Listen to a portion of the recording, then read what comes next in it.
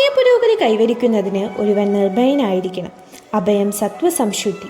ഭൗതികതയിൽ നിമഗ്നമാകുന്നതാണ് ഭയത്തിന് നിദാനം.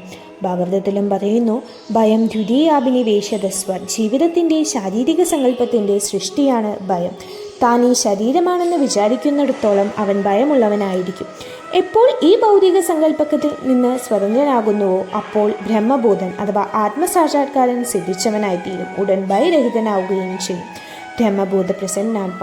ഭയമുക്തനാകാത്ത ഒരുവന് സന്തോഷവാനാകാൻ കഴിയില്ല. ഭക്തന്മാർ എപ്പോഴും ഭയരഹിതരും സന്തോഷമുള്ളവരുമാണ്. കാരണം അവർ നിരന്തരം ഭഗവാന്റെ പങ്കജപാദങ്ങളുടെ സേവനങ്ങളിൽ മുഴുകുന്നു.